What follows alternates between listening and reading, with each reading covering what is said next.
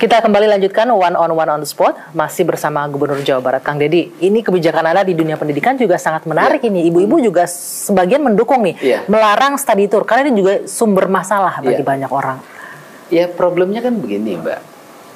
Kan pemerintah sudah menggratiskan pendidikan, mensubsidi pendidikan dengan nilai yang relatif sangat besar. Artinya bahwa tujuannya adalah meringankan beban orang tua. Betul.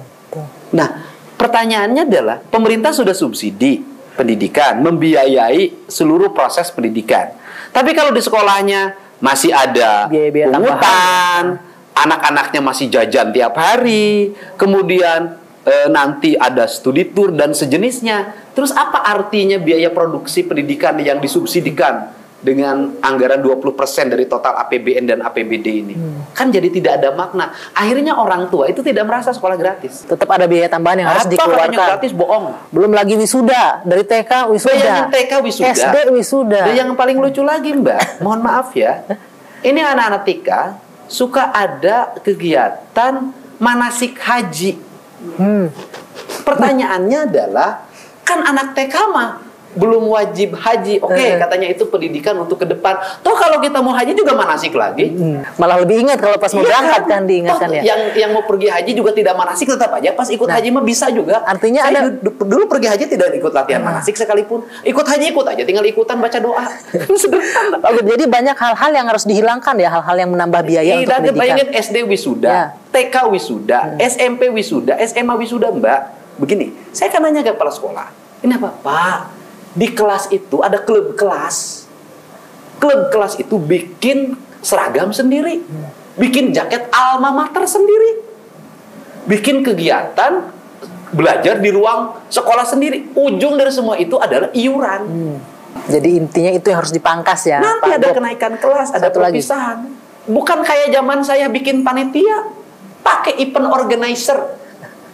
Panggil artis dari Jakarta. Kontrak artisnya 150 juta. Di sekolah. Jadi nggak ada lagi tampilan anak ke sekolah, ke depan baca puisi, main drama. Nggak ada lagi, semuanya sudah band papan atas, pakai event organizer. Akhirnya biaya perpisahannya jadi membengkak jadinya. Biaya pikniknya 3,5 juta. Pikniknya 3,5 juta. Uang sakunya, oleh-olehnya 5,5 juta. Kenapa itu terjadi? Saya ini tukang keliling. Saya ini sering, Mbak, keliling ketemu orang nangis, ibu-ibu, Pak, anak saya mau ini. Ya, saya sering bantu 2 juta, 3 juta. Saya bayangkan, nah, oke, yang misalnya bertemu dibantu, yang tidak dibantu pinjam apa orang Jawa Barat? Bank Emok, bank keliling. Bang Emok pinjol. Bang Emok itu bank 10% bunganya. Disebutnya Bang Emok. Di atas Bang Emok ada bank keliling. Setelah itu ada pinjol. Di atas keliling ada pinjol. Nanti spekulasi, ngadu nasib, judol. Dan itu Jawa Barat ranking pertama. Kan saya harus mencoba untuk menekan angka pengeluaran orang tua itu menjadi sekecil mungkin. Karena negara sudah beri subsidi. Kang, yang menarik lagi, Anda juga menetapkan ini anak SD, anak kecil nggak perlu diantar orang tua ke sekolah. Kenapa? Apa penting yang harus Anda tumbuhkan nilai di situ? Nanti kita lihat jaraknya. Misalnya kalau ada di sebuah kampung, kampungnya aman, di jalannya aman, ya ke sekolah jalan kaki saja. Tapi kalau di daerah perkotaan tidak nyaman, tidak aman, rawan, ya antar sama orang tuanya. Tapi nganternya sampai gerbang dong. Gak usah masuk sampai ke dalam sekolah. Ikut sekolah lagi. Masuk, anak-anaknya masuk ke gerbang, gerbangnya dikunci. Selama proses pembelajaran tidak boleh ada yang masuk kecuali izin security atau izin petugas piket. Kan biasanya ada petugas piketnya.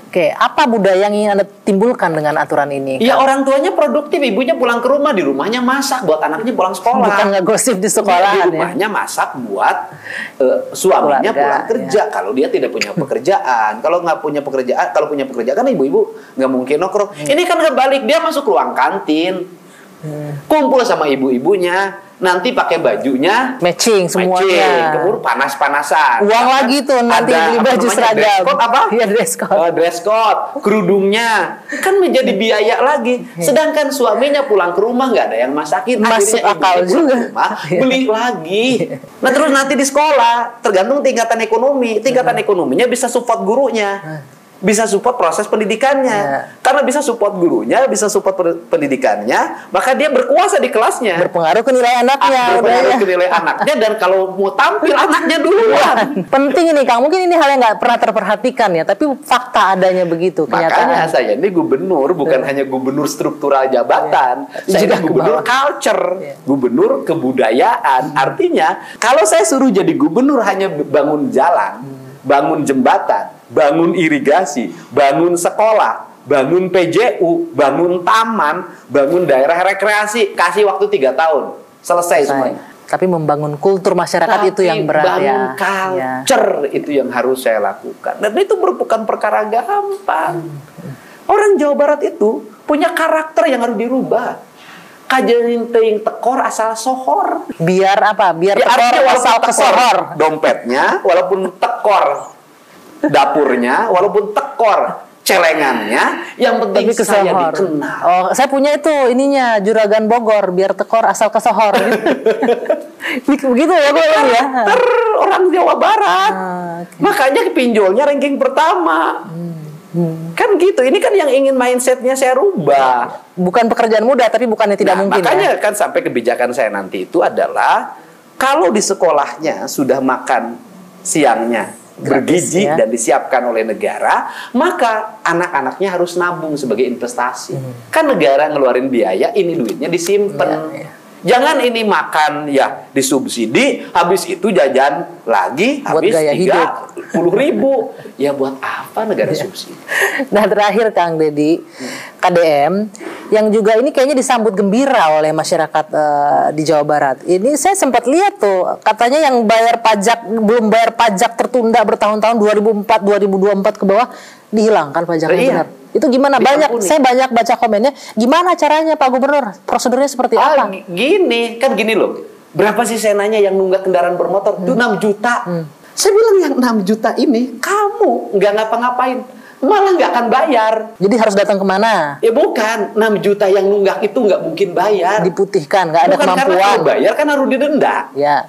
Udah deh, daripada dia takut datang karena didenda, udah dendanya hilangin. Tunggakan ke belakangnya hilangin. Dan ini mau lebaran. Ini kan kita lebaran itu saling maaf-maafan. Jadi yang nggak bayar pajak dimaafin. Saya mohon dimaafkan, Gubernur Jawa Barat belum bisa memberikan layanan yang terbaik buat masyarakat. Jalannya masih pada jelek, sekolahnya masih banyak yang jelek, masih ada banjir, maafin dong. Tetapi saya juga memaafkan rakyat saya yang nunggak pajak kendaraan bermotor yang jumlahnya 6 juta kendaraan bermotor.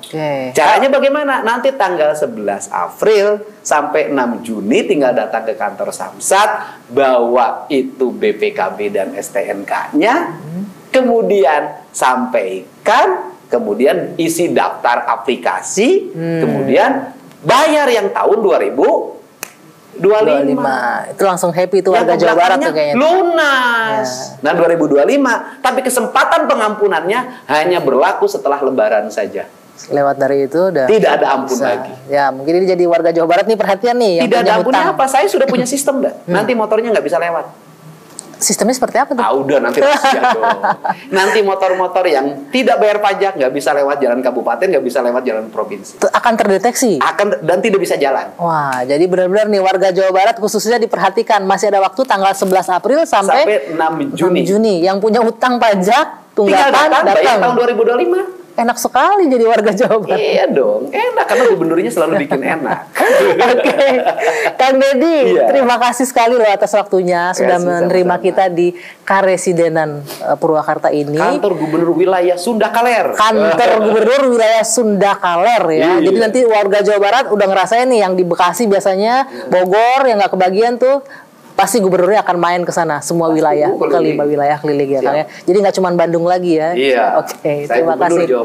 Yang paling penting ini adalah poinnya adalah Kang Deddy membangun Jawa Barat dengan membangun budaya masyarakatnya. Iya, dan budaya itu bukan kesenian, tapi merubah perilaku hidup. Itulah kebudayaan. Itu penting ya, merubah perilaku hidup menjadi lebih baik lagi pastinya. Baik, terima kasih Pak Gubernur, selamat malam. Terima kasih pemirsa, demikian perbincangan saya dengan Deddy Mulyadi, Gubernur Jawa Barat. Mudah-mudahan apa yang disampaikan bisa memberikan manfaat untuk kita semua. Saya Dwi Anggia, saya tutup. Sampai jumpa pekan depan.